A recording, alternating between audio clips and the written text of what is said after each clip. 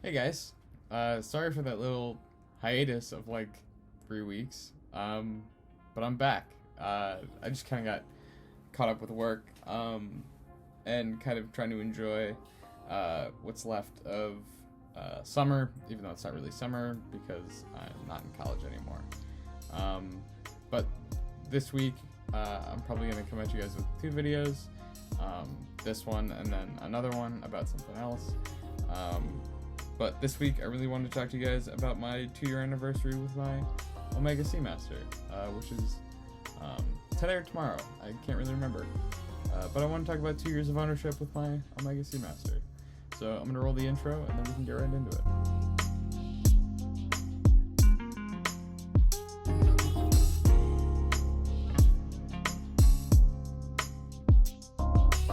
Okay, so first things first, the wrist check for today is this. What is it?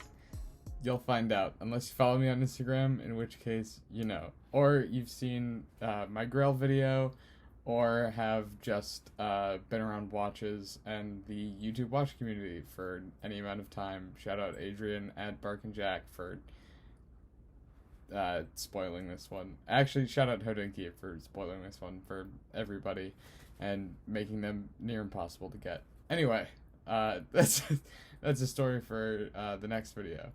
For this one, I really wanted to talk. So the 2-year anniversary of actually being in receipt of this watch is, I think it's this Saturday. Actually, I think it's the 8th. I think it's August 8th. Today is Friday the 7th.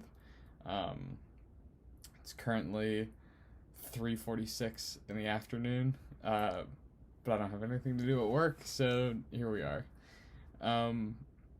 But this watch came into my possession in a way that I think is kind of interesting. I love the story behind this watch, and it's one of the reasons that I continue to wear this watch, and will probably continue to wear this watch for the rest of my life.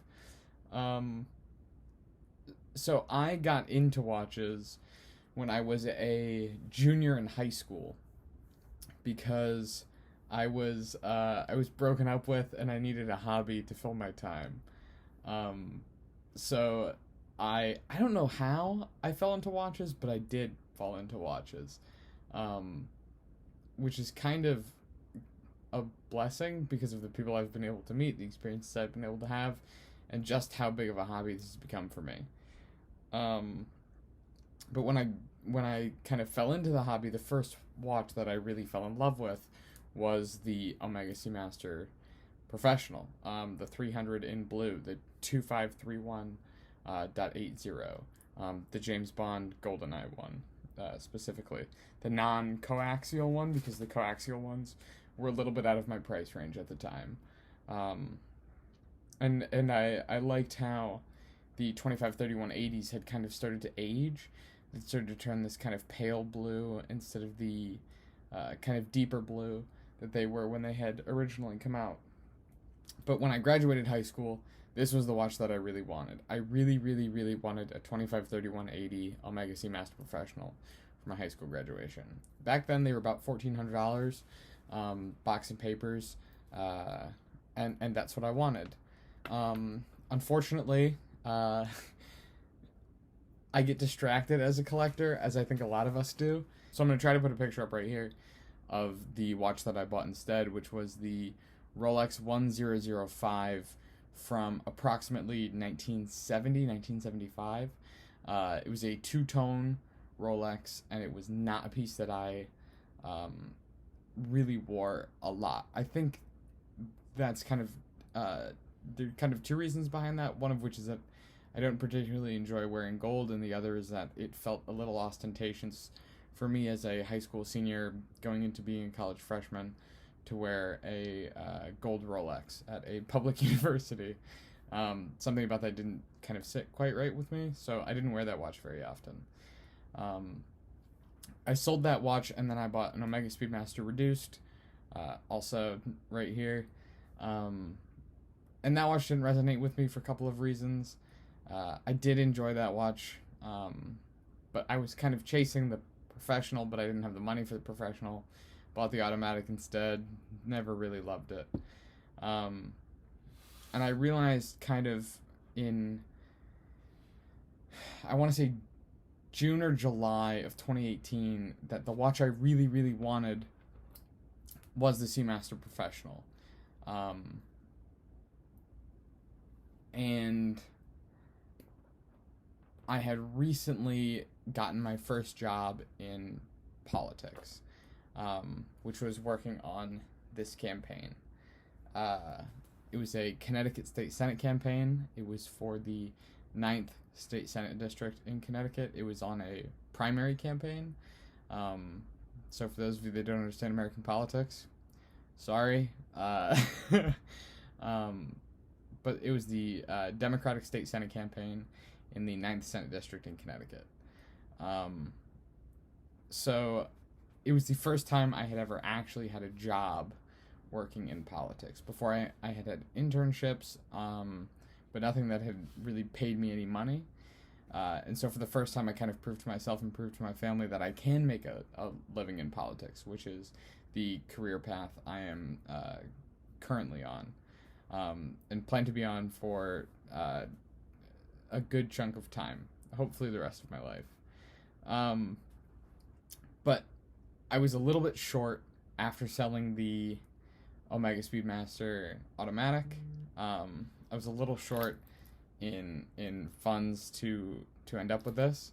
So kind of with an amalgam of the money that I got selling the Speedmaster automatic and the money I got working on the campaign, I purchased this watch. I believe primary day that year was August 13th. I don't know if that's true, but I that seems right for me. And I worked, so I started as a paid canvasser on that campaign, and I became a field manager. And it is when I became a field manager on that campaign that I really started to kind of make the money requisite to make this purchase. And I did. And it came the Monday before the primary, so the last day of campaign work. I had gotten back to my house from... So I live in southeastern Connecticut. I was working in Middletown, Connecticut, which is closer to the middle of the state. It's about an hour and 10-minute drive from where I live. So I had gotten back to my house the day it was delivered at, I think it was like 1:30 in the morning. And I had to be up at 4:30 the next day to get back out and get everything ready for the primary day. So I didn't really sleep very much. Part of it was because I couldn't, and part of it was because I was finally the owner of a Seamaster Professional. And I wore it on primary day, and I'll never forget we stayed up so it wasn't necessarily a close election, but polls closed at I think like 8 p.m. And we were at a bar in Middletown waiting for the results to come in until about 10 for them to finalize the vote and finally call our race. And we won. And we went on and won the general election, which was really, really... I wasn't part of the general. I was only part of the primary, but it was an unbelievable experience. It was one of the most special things I've experienced working in politics. But that was, that's a memory that I'll always have with this watch. This watch, to me, kind of signifies not only the start of my career, but the fact that I proved to myself that I did have a path in politics, even if it wasn't necessarily in the campaigning aspect of politics. But in the 2 years since I've had this watch, I've worn it several times a week, sometimes every day.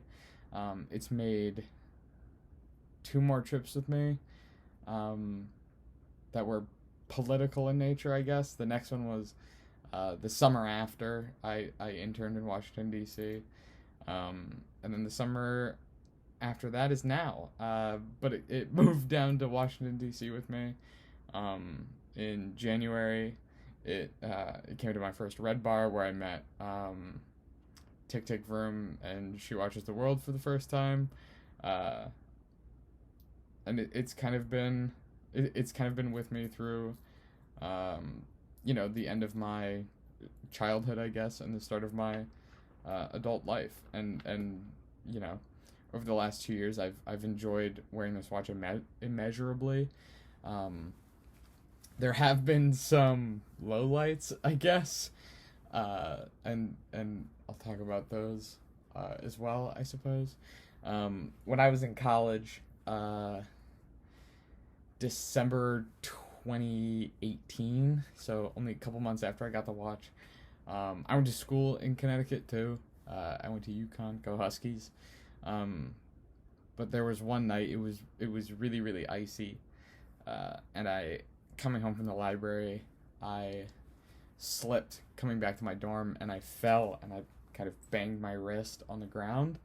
And the first thing I thought was like the watch, and I looked at the watch, and it looked physically fine. I checked it for scratches. There were no scratches, no bumps, nothing.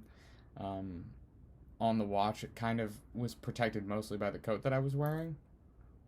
And I got back up to my room, and I was talking with my roommate for a little bit, and we were kind of just chatting. And I happened to look down at my watch, and I realized that it wasn't running anymore. Because when I had fallen, I had cracked something or other. I can't remember exactly what it was. But I'd broken it. It completely stopped running. I could set the time, I could wind it, and I could feel it winding, but the watch was broken. I took it to a jeweler in Middletown called Bray's Jewelers in Middletown. And I'm going to say their name because they did not do a good job servicing this watch. The watch had been serviced, I think, like 2 years before I bought it by Omega, or by a Swatch-affiliated service center. And I took it to Bray's Jewelers in Middletown, and they just kind of mangled the service job. They said it was running, and they said it was running fine, and I picked it up, and it was running. It was running about 3 minutes fast a day. That is not what I consider to be running fine, so I took it back to them. And they said they made the proper adjustment, and that it was running fine, and that it was kind of their bad. I got the watch back, and it was still running about 3 minutes fast a day. And I paid them both times for the service, and then I ended up taking it to Mallow's Jewelers they have 2 locations, one in Mystic and one in Waterford, Connecticut. I took it to Mallow's Jewelers. Jim Mallow is like kind of a family friend, but they serviced it, and it runs fine. It runs within COSC specifications again, which is amazing, considering the watch is older than I am. But yeah, so they got it fixed for me, and since then I've worn this watch pretty much everywhere. I love this watch. I can't wait to make years more worth of memories with this.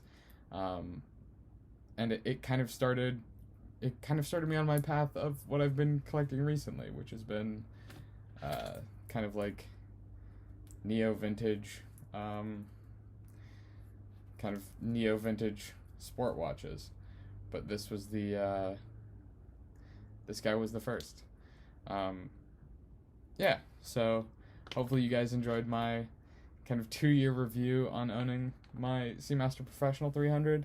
I still think it's kind of a sleeper, honestly, if anybody's looking to like speculate, I guess, on kind of watches that are coming up and might be worth something, might be worth more than what they are now. I genuinely think the Seamaster Professional 253180 with a ghosted bezel or a ghosted dial or both, I honestly think these are going to be kind of a sleeper hit with people, especially as neo-vintage kind of grows in popularity because of watches like this. you know, watches like this, the Speedmaster, I think there's a good chance we see a surge in prices with this. But this watch is never leaving my collection. I don't ever plan to sell it. That one's staying with me. Alright guys, thanks so much for watching. Please don't forget to like, comment, and subscribe. If you guys know or you think you know what watch this is, leave it in the comments. I'd be interesting to see how many of you guys who don't follow me on Instagram get it correctly. Alright guys, thank you so much. I'll see you again probably in the next couple of days. Yeah, thanks.